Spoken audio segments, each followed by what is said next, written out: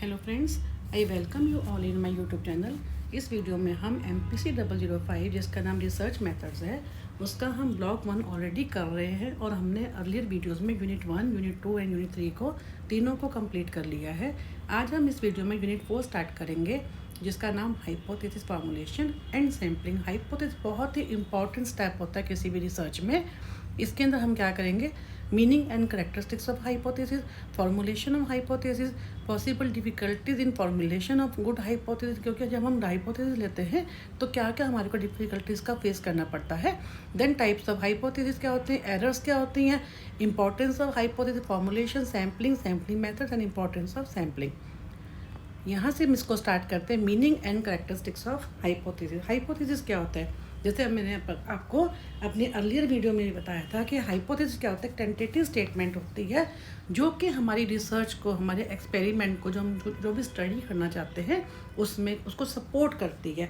तो हम क्या करते हैं, कोई भी जो है स्टडी करने से पहले हम अपने नॉलेज के बेस के ऊपर, अपने जो पिछले लोगों ने जो उसके ऊपर काम किया है लिटरेचर रिव्यू के बेस के ऊपर एक टेंटेटिव स्टेटमेंट बना लेते हैं कि जो हम ये स्टडी कर रहे हैं उसका ये जो, जैसे हमने अभी किया कि इंडिपेंडेंट वेरिएबल और डिपेंडेंट वेरिएबल के बारे में पढ़ा था कि अगर हम ये स्टडी करते हैं, जैसे अभी अपने अर्लियर वीडियो में भी किया था कि कैसे जो है स्मोकिंग का हार्ट डिजीज़ पे जो भी इम्पेक्ट आता है, तो उसका हम अगर हम ये स्टडी करना चाहते हैं तो हम क्या करेंगे, हाइपोथेसिस बना लेंगे कि there is significant relationship between किसमें, टोबैको या स्मोकिंग एंड जो है किसका, कोरोनरी हार्ट डिजीज़ का। तो कहने का मतलब कि हम अपनी जो हमारी जो हाइपोथेसिस क्या होता है वो एक टेंटेटिव स्टेटमेंट होती है जिसको हम कहते हैं कि हमारी स्टडी को सपोर्ट करता है। अगर ये हाइपोथेसिस सही हो जाता है तो हमारी जो रिजल्ट फाइंडिंग होती हैं वो सही होती हैं। अगर जो हमारे जो रिजल्ट्स जो आते हैं, जो फाइंडिंग्स आती हैं, हमारी जो फाइंडिंग्स है हमारे हाइपोथेसिस जो हमने एज्यूम किया है उसको सपोर्ट नहीं करती, तो हमें अपनी स्टडीज़ में उस कहीं ना कहीं जो है वो चेंजेस करने पड़ते हैं। और एक और चीज़ भी कि हाइपोथेसिस जो होता है वो एक से ज़्यादा भी हो सकता है, और हम जब काम कर रहे होते हैं, जब हम रिसर्च कर रहे होते हैं तो हम इन बिटवीन भी हमें लगता है कि हमने मान लीजिए एक ही हाइपोथेसिस लिया है, लेकिन हमें काम करने के दौरान हमें लगता है कि नहीं, हमें एक और हाइपोथेसिस और चाहिए, तो हम इन बिटवीन भी हम एक और हाइपोथेसिस हम ले सकते हैं। अब इसको यहाँ से स्टार्ट करते हैं। In conducting research, the important consideration after the formulation of a research problem is the construction of a hypothesis. As you know, any scientific inquiry starts with the statement of a solvable problem, जो कि solvable problem से हम जो भी problem लेते हैं उसको हमें एक स्टेटमेंट हम लेते हैं कि जो प्रॉब्लम है यानी जो टॉपिक है इसको हमें सॉल्व करना है। When the problem has been stated, a tentative, हमारा प्रॉब्लम फिक्स हो जाती है, हमारा जो स्टडी टॉपिक होता है हम उसको जो है अपने हिसाब से सेलेक्ट कर लेते हैं। Then a tentative solution in the form of testable proposition is offered by the researcher. जो टेस्टेबल प्रोपोजिशन जिसको हम टेस्ट कर सकते हैं, और प्रोपोजिशन का तो हम एज्यूम करते हैं, तो ये कौन करता है, रिसर्चर। इसको हम क्या बोलते हैं, hypothesis. Hypothesis often considered a tentative and testable statement, जो कि टेंटेटिव होती है जिसको हम एज्यूम करते हैं, और जो टेस्टेबल होती है of the possible relationship between two or more events या वेरिएबल्स। कौन से variables, independent variables and dependent variable under investigation. Simple जो क्या करता है कि बहुत बिल्कुल सही है, जो है डेफिनेशन बहुत अच्छी डेफिनेशन है। It is a tentative and testable statement of the possible relationship. क्या रिलेशनशिप हो सकता है, किन का, दो वेरिएबल्स का।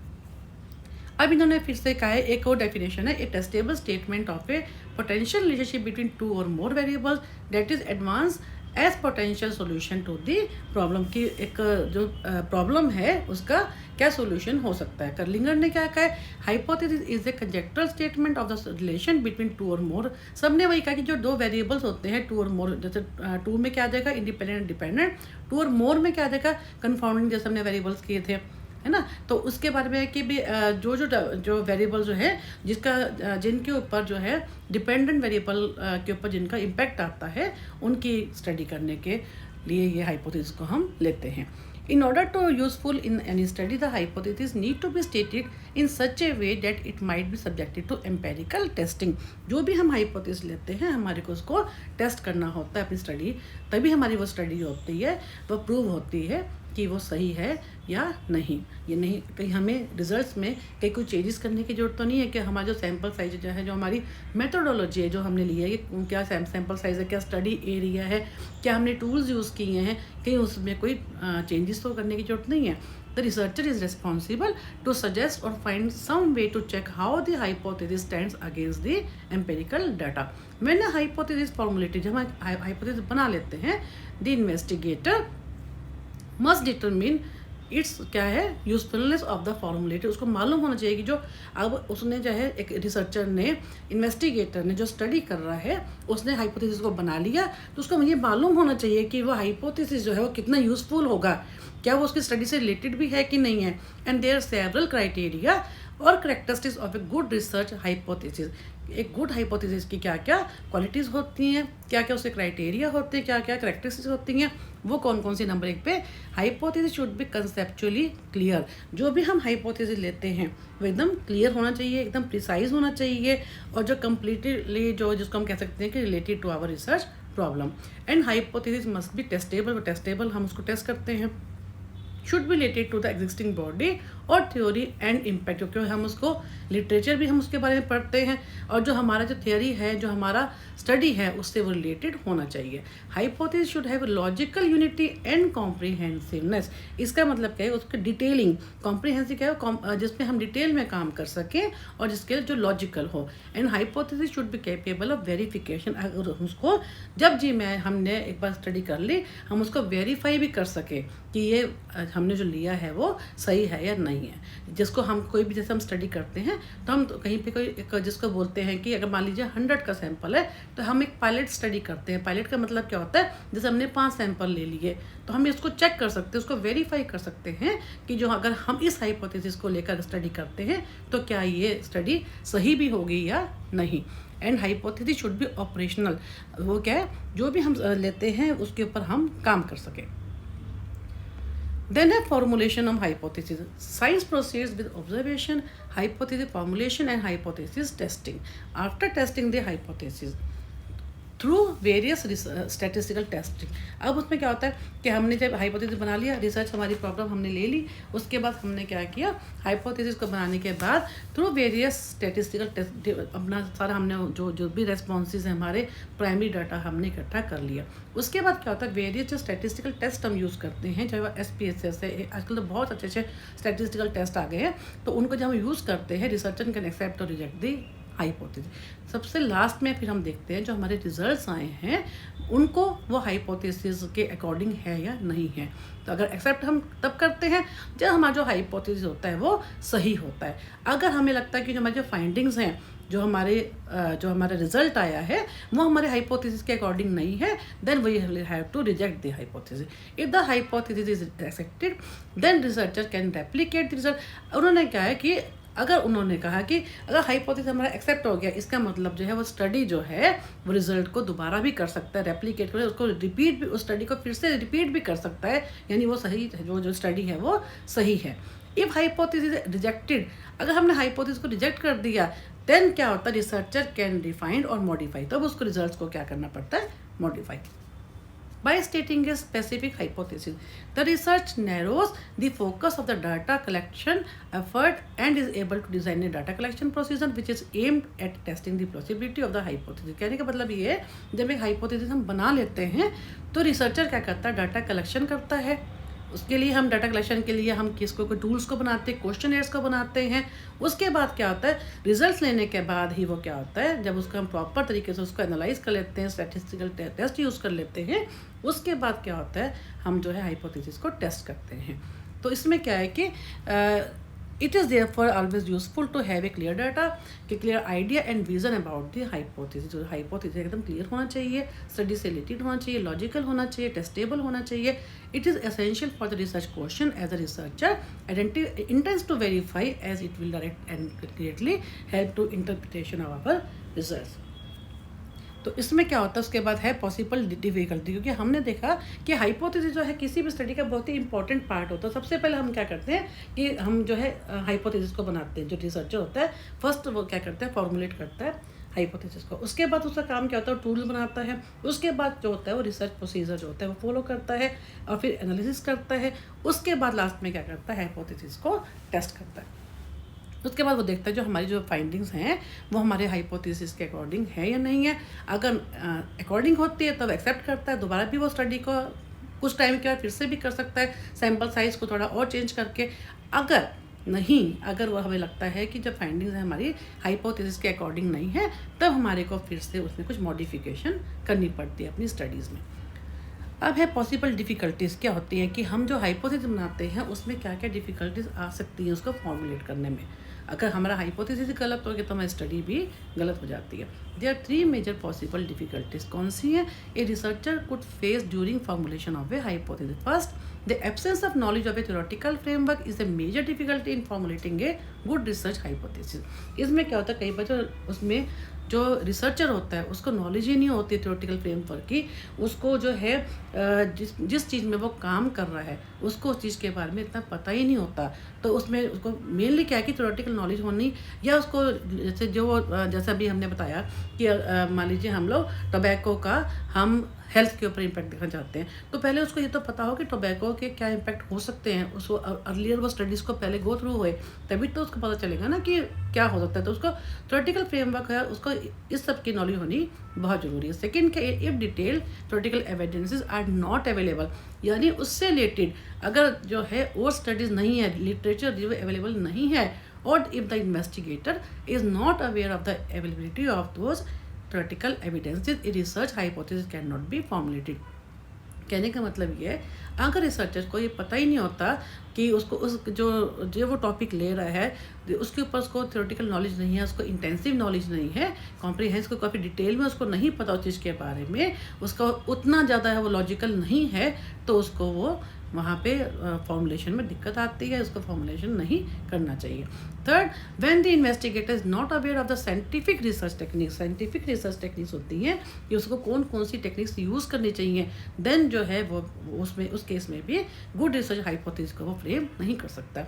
Despite this difficulty the investigator attempts in his or her research to formulate a hypothesis. अब इन के बावजूद भी कई बार क्या होता है, इन्वेस्टिगेटर क्या करता है, वो हाइपोथेसिस को फॉर्मुलेट करता है। Usually the hypothesis drive from the problem statement. Normally क्या होता है, जो भी हम प्रॉब्लम लेते हैं वहीं से हम उसी समय हम उसको हाइपोथेसिस को बिल्ड कर लेते हैं।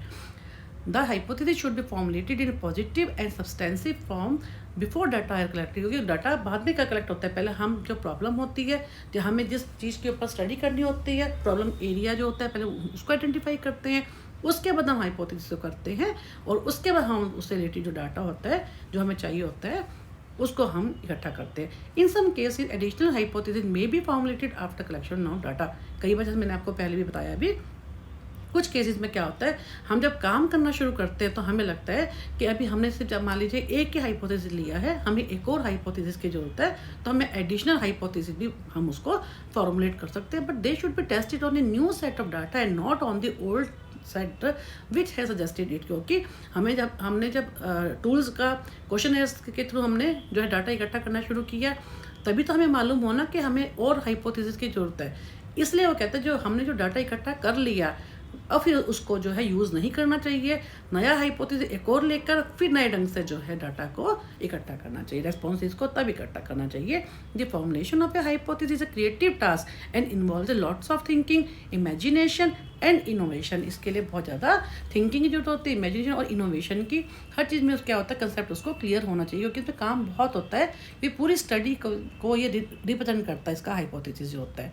फिर उन्होंने क्या है कि वन इज़ द कंटेक्ट। अब जो हमने अपनी इसी मॉड्यूल को जब हमने शुरू किया था तभी हमने किया था कि इसके अंदर फर्स्ट चैप्टर में ही आया था कि हमारे जो रिसर्च के क्या होते हैं, मेन जो है 2 होते हैं। एक हमने क्या किया था, यहाँ पे देखो इसने लिखा है what is the context of discovery, कि हम किस कंटेक्स्ट में हम वो काम करना चाहते हैं, और दूसरा जो हम काम करते हैं in the context of justification, वो कितना जस्टिफाइड है, कितना हमने इसके लिए काम किए, कितना एफर्ट्स किए, कितना लॉजिकल है, कितना वो साइंटिफिक है।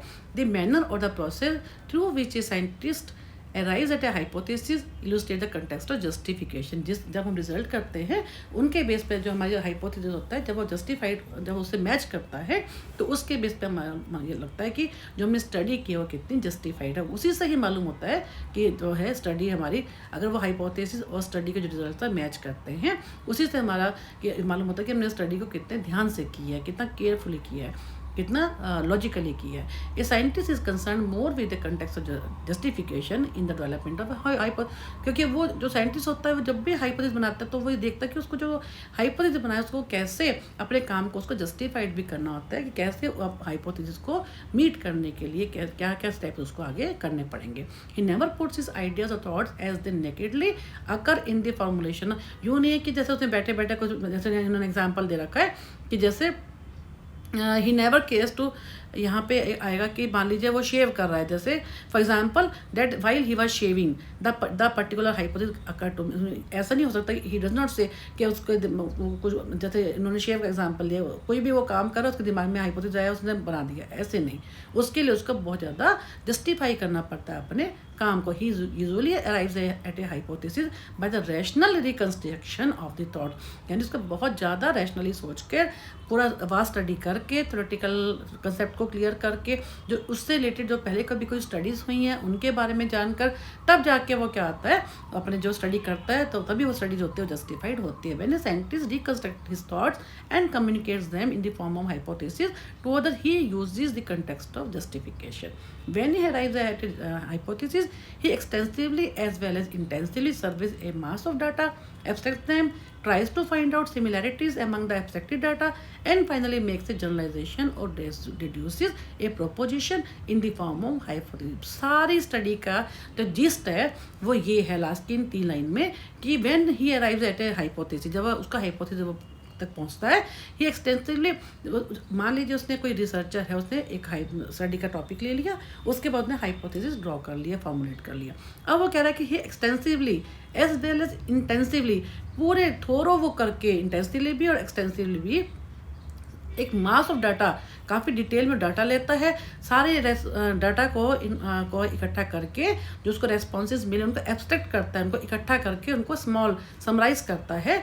उसके बाद tries to find out the similarities among the abstracted, अब उन्होंने एब्स्ट्रैक्ट कर दिया, डाटा का समराइज कर दिया। अब वो फाइनली क्या करता है, उसको फिर मैच करता है उससे हाइपोथेसिस के, कि भाई जो उसका डाटा है, डाटा को फिर वो जनरलाइज करता है पूरी। मान लीजिए उसने 100 सैंपल के ऊपर की है, लेकिन उसको तो सभी पे करना है ना, कि एक हमने जनरल बात करनी है कि टबैको का हेल्थ के ऊपर क्या इम्पैक्ट आता है, तो वो उसको अभी कुछ सैंपल पे उसने स्टडी की है, सारी दुनिया पर तो वो नहीं कर सकता। उसके बाद उसका फिर वो जनरलाइज करना होता है और deduces a proposition in the form of hypothesis. Finally क्या है, फिर उसके बाद उसको जनरलाइज करता है अपनी उसको हाइपोथेसिस के according. Here is an important distinction to be made between formulating a hypothesis and choosing one. Although researchers often become interested in a question about human behavior for personal reasons, the ultimate value of research study depends on the researcher bringing methodological criteria to bear on the selection of the hypothesis to be tested. In other words, good hypotheses are made, not born.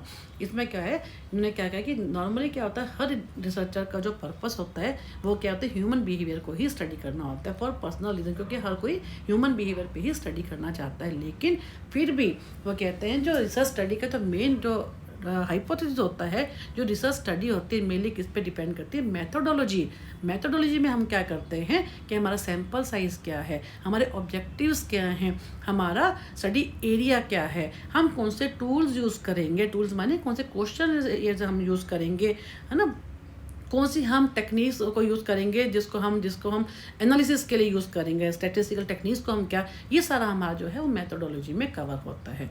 तो इसमें क्या है कि good hypothesis जो है वो बनाए जाते हैं, ना कि वो बाय बर्थ होते हैं, हमारे को वो खुद अपनी स्टडी पर्पस को देख के ही बिल्ड करने पड़ते हैं।